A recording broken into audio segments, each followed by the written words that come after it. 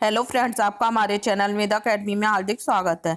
आज हम आपके सामने वर्तमान भारतीय समाज और उसकी प्रारंभिक शिक्षा में पवन सीरीज के अति लघु प्रश्नों के पार्ट 9 को डिस्कस करने जा रहे हैं, जो यूपी डीएलएड के सेकंड सेमेस्टर से रिलेटेड है। इससे प्रीवियस वीडियो में हमने इसके पार्ट 8 को डिस्कस किया था। अगर आप उसे देखना चाहते हैं तो प्ले लिस्ट में लिंक से जाकर प्रीवियस वीडियो को देख सकते हैं। तो आइए स्टार्ट करते हैं। प्रश्न: निःशुल्क एवं अनिवार्य बाल शिक्षा का अधिकार अधिनियम कब पारित हुआ? यह अधिनियम 4 अगस्त 2009 को पारित हुआ था। इसमें 6 साल से 14 साल के बच्चे को निःशुल्क एवं अनिवार्य बाल शिक्षा प्रदान करने का अधिकार दिया गया है। नेक्स्ट है, राष्ट्रीय जनसंख्या नीति का मुख्य उद्देश्य क्या है? जनसंख्या नीति से अभिप्राय: आर्थिक, सामाजिक, सांख्यिकी, राजनीतिक आधार पर प्राप्त करने वाले लक्ष्यों की प्राप्ति के लिए जो भी कार्यक्रम बनाए गए हैं उनका मापन करना। राष्ट्रीय जनसंख्या नीति का क्या उद्देश्य है? जो भी आर्थिक, सामाजिक, जनसंख्या से संबंधित राजनीतिक आधार पर लक्ष्यों को प्राप्त करने के लिए जो भी कार्यक्रम बनाए जाते हैं उनका मापन किया जाता है। नेक्स्ट देखते हैं, जल प्रदूषण के 2 उपाय लिखिए। रोकने के क्या 2 उपाय हैं वो बताने हैं। सबसे पहला है, शहर तथा गांव की नलियों में बहने वाले हानिकारक गंदे पदार्थों को नदियों में नहीं छोड़ना चाहिए। आजकल देखा है कारखानों से निकला हुआ गंदा पानी नदियों में छोड़ दिया जाता है, जिससे कि नदियां भी दूषित हो जाती हैं और जो लोग नदी का पानी इस्तेमाल करते हैं वो भी बीमार हो जाते हैं, अनेक प्रकार की बीमारियों के शिकार हो जाती है। नदियों के समीप गंदे बर्तन, मरीजों के कपड़े नहीं धोने चाहिए।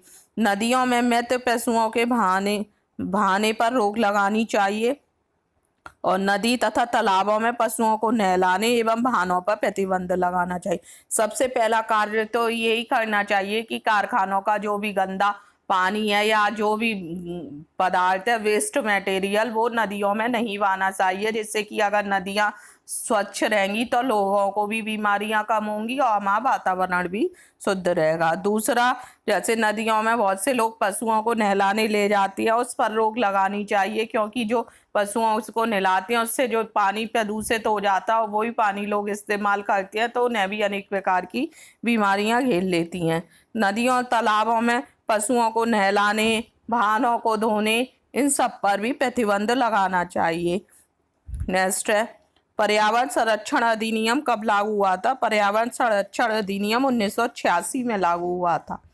नेक्स्ट है, भूमंडलीय ताप वृद्धि किसे कहती हैं? सामान्यतः भूमंडलीय ताप वृद्धि का अर्थ है पृथ्वी के ताप में क्रम से आने वाली वृद्धि। पृथ्वी का जो ताप होता है उसमें वृद्धि हो जाती है तो उसे भूमंडलीय ताप वृद्धि के नाम से जानते हैं। नेक्स्ट देखते हैं, बालिका शिक्षा की 2 प्रमुख समस्याएं क्या है? शैक्षिक अवसरों की समानता की समस्या। सेकंड, कन्याओं की शिक्षा के प्रति उचित दृष्टिकोण का अभाव। शैक्षिक अवसर, समान अवसर नहीं दिए जाते हैं। बहुत सी जगहों पर लड़कियों को समान अवसर नहीं दिए जाते हैं, लड़कों को प्राथमिकता दी जाती है, तो ये सबसे बड़ी समस्या आती है लड़कियों को शिक्षाओं प्रदान करने में। और दूसरा है, कन्याओं की शिक्षा के प्रति लोग उचित दृष्टिकोण नहीं है। लोग कहते हैं इसे तो घर का काम ही करना है, ये पढ़ के क्या करेगी, इसलिए कन्याओं को बहुत से लोग पढ़ाना उचित नहीं समझते हैं। नेक्स्ट है, किन्हीं 4 मानवीय मूल्यों का उल्लेख लिखिए। सच्चाई, सत्यनिष्ठा, उत्तरदायित्व की भावना और दया भाव, ये 4 मानवीय मूल्य हैं। नेक्स्ट है, फ्योवेल द्वारा किस शिक्षण विधि का प्रतिपादन किया गया था? किंडरगार्टन का फ्योवेल ने प्रतिपादन किया था, जिसे फूलों का बगीचा के नाम से भी संबोधित किया जाता है। नेक्स्ट है, टैगोर को किस धारणा में विश्वास था? टैगोर को सत्यम, शिवम, अद्वैत की धारणा में विश्वास था। उन्होंने ईश्वर में सर्वोच्च मानव माना। वे अद्वैतवादी थे। उनका किसमें विश्वास ज्यादा था? सत्यम, शिवम, अद्वैत की धारणा में विश्वास था। नेक्स्ट देखते हैं, फ्योवेल की किन्हीं 2 रचनाओं के नाम लिखिए। फ्योवेल की प्रमुख रचना है एजुकेशन ऑफ मैन और दूसरी रचना है मदर एंड प्ले सॉन्ग। कौन सी है? एजुकेशन ऑफ मैन पहली और दूसरी है mother and play songs. Next देखते हैं, जनसंख्या शिक्षा की कोई एक परिभाषा लिखिए। जनसंख्या शिक्षा जो है वो दो शब्दों से मिलकर बनी है। पहला जनसंख्या और शिक्षा, अर्थात जिस शिक्षा में जनसंख्या का ज्ञान निहित होता है उसे हम जनसंख्या शिक्षा कहते हैं। जनसंख्या शिक्षा को समझने के लिए पहले हमें इसकी परिभाषाओं को समझना होगा। राज्य शिक्षा संस्थान उत्तर प्रदेश के अनुसार यह एक ऐसा प्रयास है जिसके द्वारा विभिन्न वर्गों विशेषकर छात्र और छात्राओं को विश्व के परिप्रेक्ष्य में देश विदेश तथा देश प्रदेश तथा क्षेत्र की जनसंख्या स्थिति जानने के प्रमुख तथ्यों, जनसंख्या और पर्यावरण के पारस्परिक संबंधों, जनसंख्या वृद्धि के आर्थिक व सामाजिक विकासों इत्यादि की जानकारी दी जाती है। और दूसरी जो परिभाषा है वो यूनेस्को द्वारा दी गई है।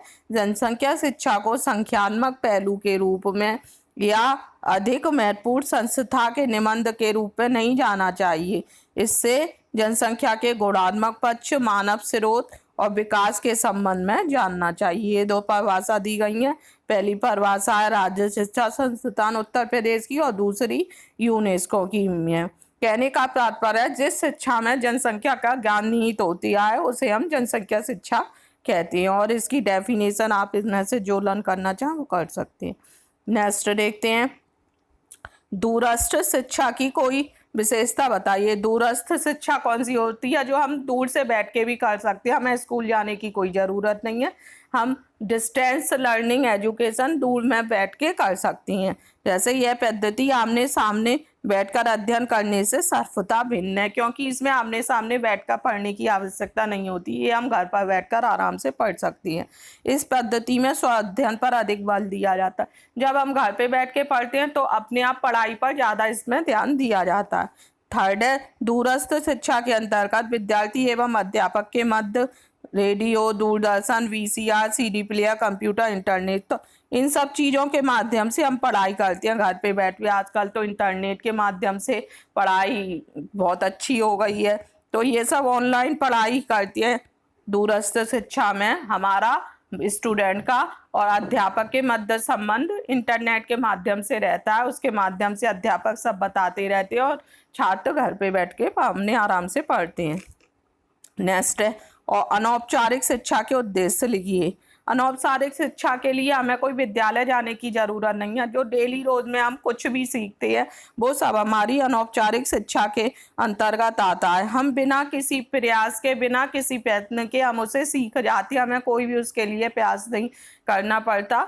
वो हमारी अनौपचारिक शिक्षा होती है। अनौपचारिक शिक्षा जीवन से संबंधित वे अनुभव हैं जिन्हें हम बिना किसी व्यवस्थित प्रयास, संस्था एवं साधन के स्वाभाविक स्थिति से प्राप्त कर लेती है। इस प्रकार की शिक्षा प्रत्यक्ष रूप से जीवन से संबंधित होती है।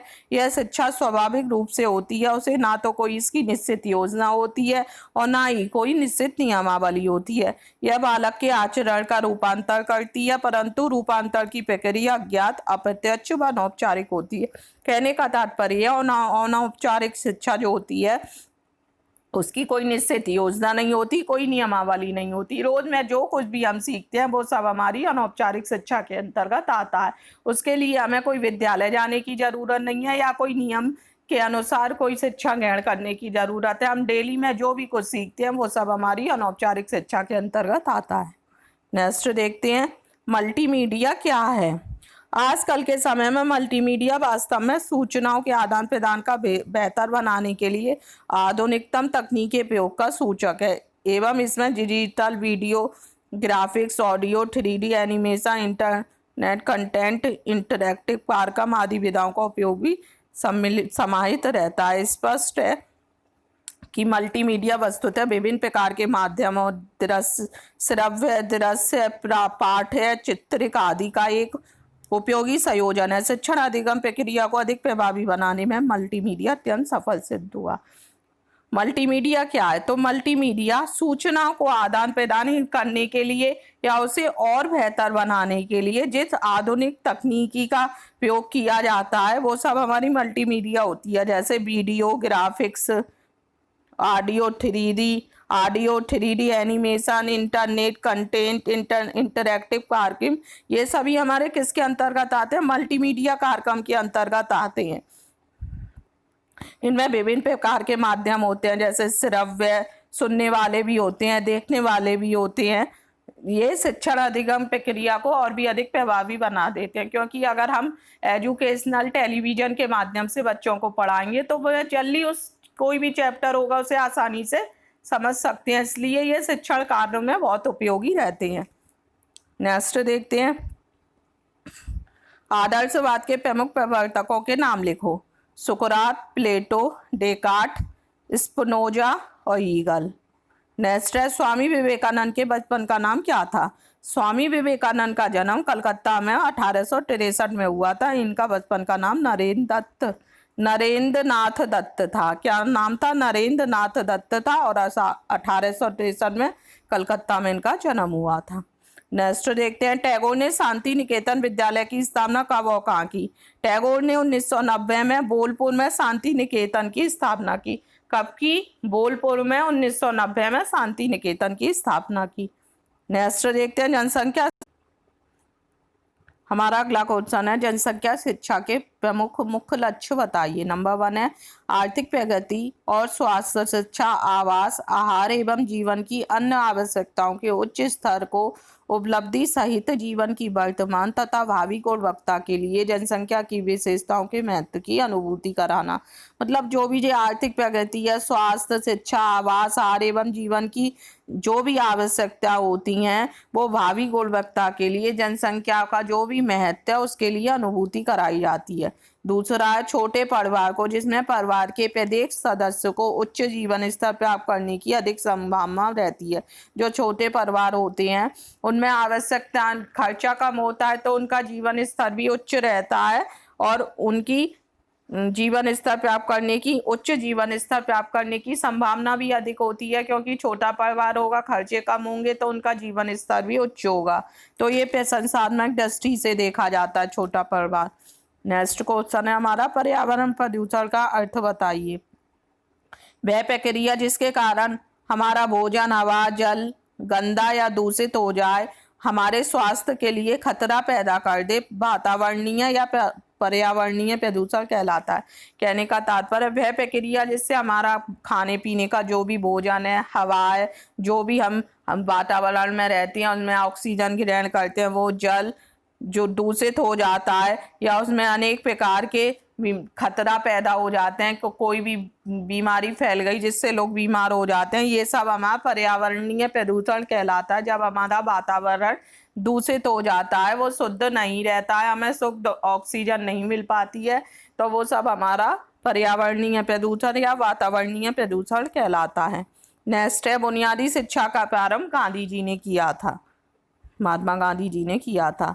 नेक्स्ट है, प्लेटो द्वारा स्थापित संस्था का नाम बताइए। तो अकेडमी था प्लेटो ने जो संस्था स्थापित की थी। राज्य से क्या अभिप्राय है? I.L. कैंडिल के अनुसार राज्य की परिभाषा एक सुसंगठित राजनीतिक समुदाय के रूप में की जाती है जिसके साथ सरकार होती है और जिसे लोगों द्वारा मान्यता दी जाती है। एक सुसंगठित संगठन या एक राजनीतिक समुदाय होता है जिसका साथ सरकार होती है और सरकार जनता के द्वारा चुनी जाती है। नेक्स्ट है, पाठशाला को बाग, शिशु का पौधा, शिक्षक को माली कहने वाले विचारक का नाम बताइए। ये किसने कहा था? फॉविल ने कहा था। उम्मीद करते हैं आपको ये पार्ट 9 अच्छे से क्लियर हुआ होगा। अगर आपको हमारा वीडियो पसंद आया हो तो प्लीज़ हमारी वीडियो को लाइक कीजिए, अधिक से अधिक लोगों को शेयर कीजिए। इसका अगला पार्ट देखने के लिए हमारे चैनल को सब्सक्राइब कीजिए। Thank you.